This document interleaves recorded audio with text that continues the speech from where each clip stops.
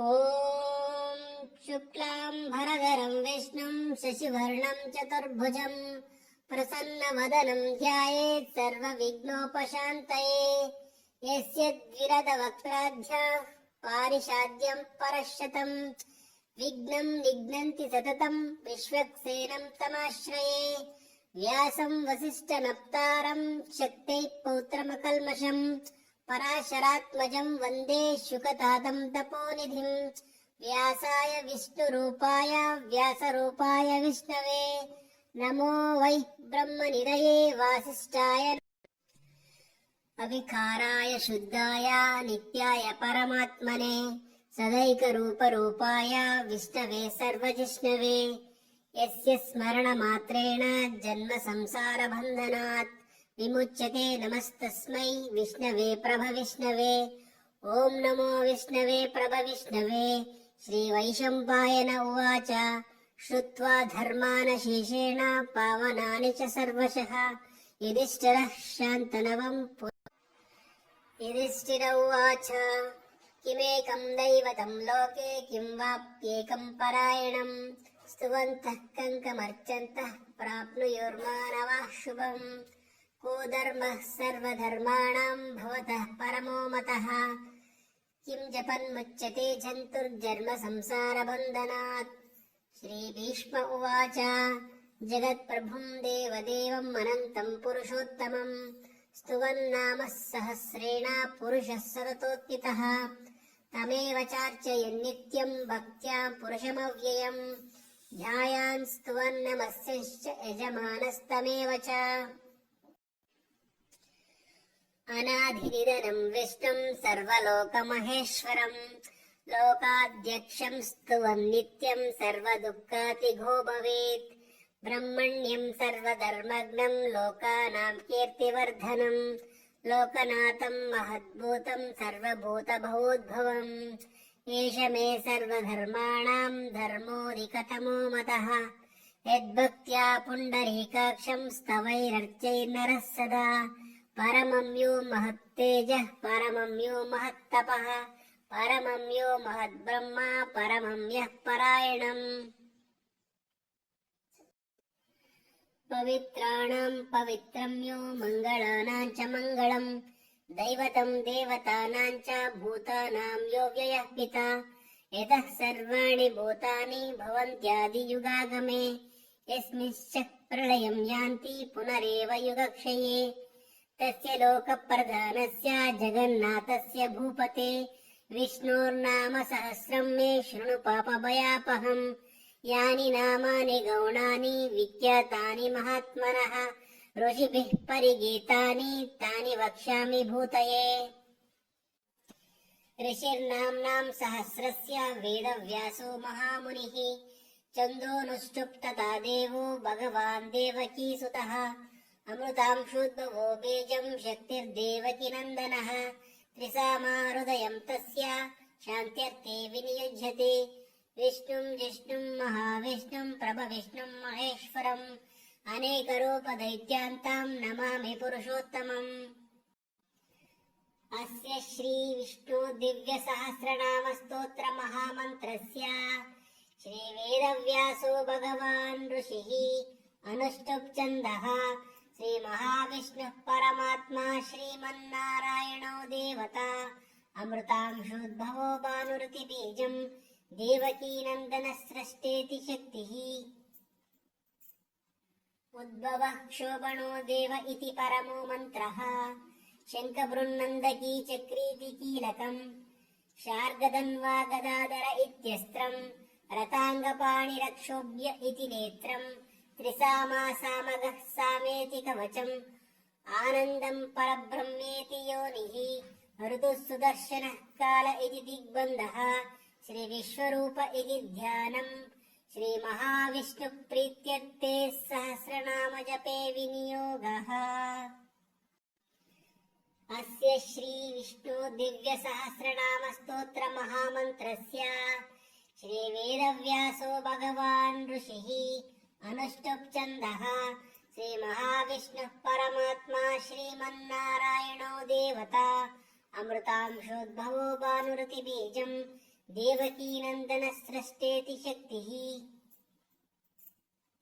उद्भवः क्षोभणो देव इति परमो मन्त्रः शङ्खबृन्नन्दकी चक्रीति कीलकम् शार्गदन्वा गदाधर इत्यस्त्रम् रताङ्गपाणिरक्षोभ्य इति नेत्रम् त्रिसामासामगः सामेति कवचम् आनन्दम् परब्रह्मेति योनिः ऋतुः सुदर्शनः काल इति दिग्बन्धः श्रीविश्वरूप इति ध्यानम् श्रीमहाविष्णुप्रीत्यर्थे सहस्रनामजपे विनियोगः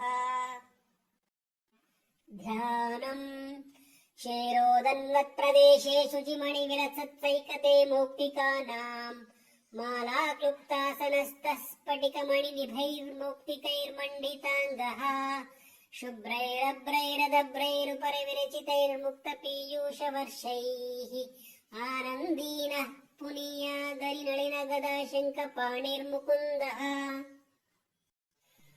भुः पादो यस्य नाभिर्वियदसुरनिलश्चन्द्रसौर्यौ च नेत्रे कर्णावाशाश्योद्ध्योर्मुखमपि दहनो यस्य वास्तेयमब्धिः अन्तस्तं यस्य विश्वं सुरनरकगो भोगि गन्धर्वदैत्यैः चित्रं रम्यते तं त्रिभुवनवपुषं विष्णुमीशं नमामि। ॐ नमो भगवते वासुदेवाय। शान्ताकारं भुजगशयनं पद्मनाभं सुरेशं विश्वाधारं गगनसदृशं मेघवर्णं शुभाङ्गं लक्ष्मीकान्तं कमलनयनं योगिभिर्ध्यानगम्यं वन्दे विष्णुं भवभयहरं सर्वलोकैकनाथं मेघश्यामं पीतकौशेयवासं श्रीवत्साङ्कं कौस्तुभोद्भासिताङ्गं पुण्योपेतं पुण्डरीकायताक्षं विष्णुं वन्दे सर्वलोकैकनाथम्। ॐ विश्वं विष्णुर्वषट्कारो भूतभव्यभवत्प्रभुः भूतकृद्भूतकृद्भावो भूतात्मा भूतभावनः भूतात्मा परमात्मा च मुक्तानां परमागतिः अव्ययः पुरुषः साक्षी क्षेत्रज्ञोऽक्षर एव च योगो योगविधां नेता प्रधानपुरुषेश्वरः नारसिंहवः श्रीमान् केशवः पुरुषोत्तमः सर्वः शर्वः शिवः स्थाणोर्भूतादिनिधिरव्ययः सम्भवो भावनो भर्ता प्रभवः प्रभुरीश्वरः।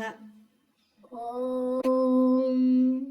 विश्वं विष्णुर्वषट्कारो भूतभव्यभवत्प्रभुः भूतकृद्भूतकृद्भावो भूतात्मा भूतभावनः भूतात्मा परमात्मा च मुक्तानां परमागतिः अव्ययः पुरुषः साक्षी क्षेत्रज्ञोऽक्षर एव च योगो योगविधां नेता प्रधानपुरुषेश्वरः नारसिंहवः श्रीमान् केशवः पुरुषोत्तमः सर्वः शर्वः शिवः स्थाणोर्भूतादिनिधिरव्ययः सम्भवो भावनो भर्ता प्रभवः प्रभुरीश्वरः। स्वयंभू शम्भुरादित्यः पुष्कराक्षो महस्वनः अनादिनिधनो धाता विधाता दातुरुत्तमः अप्रमेयो ऋषिकेशः पद्मनाभोऽमरप्रभुः विश्वकर्मा मनुस्तष्टस्तविष्टस्तविरो ध्रुवः अग्राह्यः शाश्वतो कृष्णो लोहिताक्षः प्रकर्दनः प्रभूतस्त्रिककुब्धामा पवित्रं मङ्गलं परम् ईशानः प्राणदः प्राणो ज्येष्ठः श्रेष्ठः प्रजापतिः हिरण्यगर्भो भूगर्भो माधवो मधुसूदनः। ॐ विश्वं विष्णुर्वषट्कारो भूतभव्यभवत्प्रभुः भूतकृद्भूतकृद्भावो भूतात्मा भूतभावनः भूतात्मा परमात्मा च मुक्तानां परमागतिः अव्ययः पुरुषः साक्षी क्षेत्रज्ञोऽक्षर एव च योगो योगविधां नेता प्रधानपुरुषेश्वरः नारसिंहः श्रीमान् केशवः पुरुषोत्तमः सर्वः शर्वः शिवः स्थाणोर्भूतादिनिधिरव्ययः सम्भवो भावनो भर्ता प्रभवः प्रभुरीश्वरः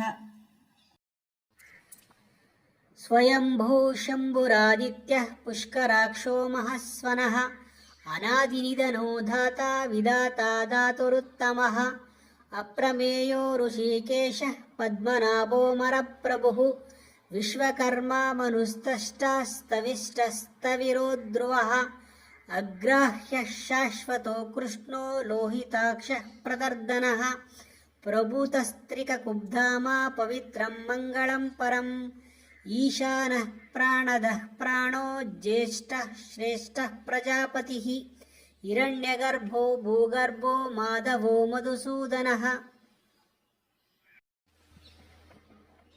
ईश्वरो विक्रमी धन्वी मेधावी विक्रमक्रमः अनुत्तमो धुरादर्शः कृतघ्नः कृतिरात्मवान् सुरेशः शरणं शर्मा विश्वरेतः प्रजाभवः अहः संवत्सरो व्याळः प्रत्ययः सर्वदर्शनः अजः सर्वेश्वरः सिद्धः सिद्धिः सर्वादिरच्युतः वृषाककपिरमेयात्मा ॐ शुक्लां भरधरं विष्णुं शशिवर्णं चतुर्भुजं प्रसन्नवदनं ध्यायेत् सर्वविघ्नोपशान्तये यस्य द्विरदवक्त्राढ्याः पारिषाद्यं परश्शतं विघ्नं निघ्नन्ति सततं विश्वक्सेनं तमाश्रये व्यासं वसिष्ठनप्तारं शक्तैः पौत्रमकल्मषम् पराशरात्मजं वन्दे शुकतातं तपोनिधिं व्यासाय विष्णुरूपाय व्यासरूपाय विष्णवे नमो वै ब्रह्मनिधये वासिष्ठाय अविकाराय शुद्धाय नित्याय परमात्मने सदैकरूपरूपाय विष्णवे सर्वजिष्णवे यस्य स्मरणमात्रेण जन्मसंसारबन्धनात् विमुच्यते नमस्तस्मै विष्णवे प्रभविष्णवे ॐ नमो विष्णवे प्रभविष्णवे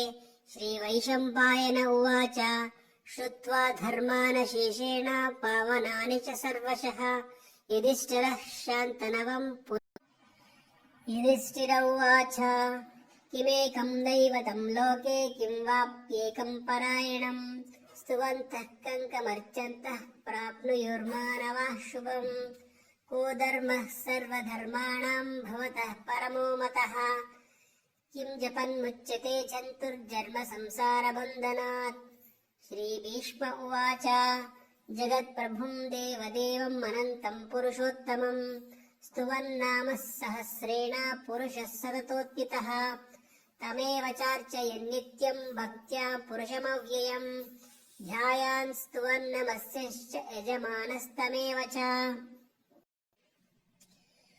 अनाधिनिधनं विष्णुं सर्वलोकमहेश्वरं लोकाध्यक्षं स्तुवन्नित्यं सर्वदुःखातिघो भवेत् ब्रह्मण्यं सर्वधर्मज्ञं लोकानां कीर्तिवर्धनं लोकनाथं महद्भूतं सर्वभूतभवोद्भवम् एष मे सर्वधर्माणां धर्मोऽधिकतमो मतः यद्भक्त्या पुण्डरीकाक्षं स्तवैरर्चैर्नरः सदा परमं यो महत्तेजः परमं यो महत्तपः परमं यो महद्ब्रह्मा परमं यः परायणम्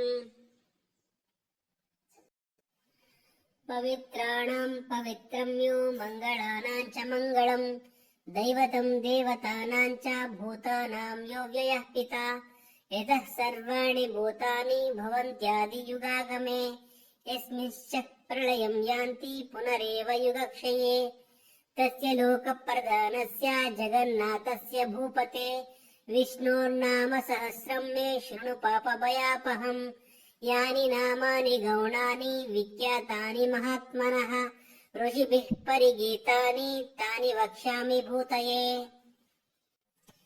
ऋषिर्नाम्नां सहस्रस्य वेदव्यासो महामुनिः छन्दोनुष्टुप् तथा देवो भगवान् देवकीसुतः अमृतांशोद्भवो बीजं शक्तिर्देवकीनन्दनः त्रिसामाहृदयं तस्य शान्त्यर्थे विनियुज्यते विष्णुं जिष्णुं महाविष्णुं प्रभविष्णुं महेश्वरम् अनेकरूपदैत्यान्तां नमामि पुरुषोत्तमम्। अस्य श्री विष्णु दिव्यसहस्रनामस्तोत्र महामन्त्रस्य श्रीवेदव्यासो भगवान् ऋषिः अनुष्टुप् छन्दः श्रीमहाविष्णुः परमात्मा श्रीमन्नारायणो देवता अमृतांशोद्भवो भानुरतिबीजम् देवकीनन्दनस्रष्टेति शक्तिः उद्भवः क्षोभणो देव इति परमो मन्त्रः शङ्खबृन्नन्दकी चक्रीति कीलकम् शार्गदन्वा गदाधर इत्यस्त्रम् रताङ्गपाणिरक्षोभ्य इति नेत्रम् त्रिसामासामगः सामेति कवचम् आनन्दम् परब्रह्मेति योनिः ऋतुः सुदर्शनः काल इति दिग्बन्धः श्रीविश्वरूप इति ध्यानम् श्रीमहाविष्णुः प्रीत्यर्थे सहस्रनामजपे विनियोगः। अस्य श्रीविष्णु दिव्यसहस्रनामस्तोत्र महामन्त्रस्य श्रीवेदव्यासो भगवान् ऋषिः अनुष्टुप् छन्दः श्रीमहाविष्णुः परमात्मा श्रीमन्नारायणो देवता अमृतांशोद्भवो भानुरतिबीजम् देवकीनन्दनस्रष्टेति शक्तिः उद्भवः क्षोभणो देव इति परमो मन्त्रः शङ्खबृन्नन्दकी चक्रीति कीलकम् शार्गदन्वा गदाधर इत्यस्त्रम् रताङ्गपाणिरक्षोभ्य इति नेत्रम् त्रिसामासामगः सामेति कवचम् आनन्दम् परब्रह्मेति योनिः ऋतुः सुदर्शनः काल इति दिग्बन्धः श्रीविश्वरूप इति ध्यानम् श्रीमहाविष्णुः प्रीत्यर्थे सहस्रनामजपे विनियोगः। ध्यानम् क्षेरोदन्नत्प्रदेशेषु चिमणिविलसत्सैकते मौक्तिकानाम् मालाक्लुप्तासनस्तः स्फटिकमणिनिभैर्मौक्तिकैर्मण्डिताङ्गः शुभ्रैरभ्रैरदभ्रैरुपरि विरचितैर्मुक्तपीयूषवर्षैः आनन्दीनः पुनीयादरिनलिनगदाशङ्खपाणिर्मुकुन्दः भूः पादो यस्य नाभिर्वियदसुरनिलश्चन्द्रसौर्यौ च नेत्रे कर्णावाशाश्रोध्योर्मुखमपि दहनो यस्य वास्तेयमब्धिः अन्तस्थं यस्य विश्वं सुरनरकगोभोगि गन्धर्वदैत्यैः चित्रं रम्यते तं त्रिभुवनवपुषं विष्णुमीशं नमामि। ॐ नमो भगवते वासुदेवाय। शान्ताकारं भुजगशयनं पद्मनाभं सुरेशं विश्वाधारं गगनसदृशं मेघवर्णं शुभाङ्गं लक्ष्मीकान्तं कमलनयनं योगिभिर्ध्यानगम्यं वन्दे विष्णुं भवभयहरं सर्वलोकैकनाथं मेघश्यामं पीतकौशेयवासं श्रीवत्साङ्कं कौस्तुभोद्भासिताङ्गं पुण्योपेतं पुण्डरीकायताक्षं विष्णुं वन्दे सर्वलोकैकनाथम्। ॐ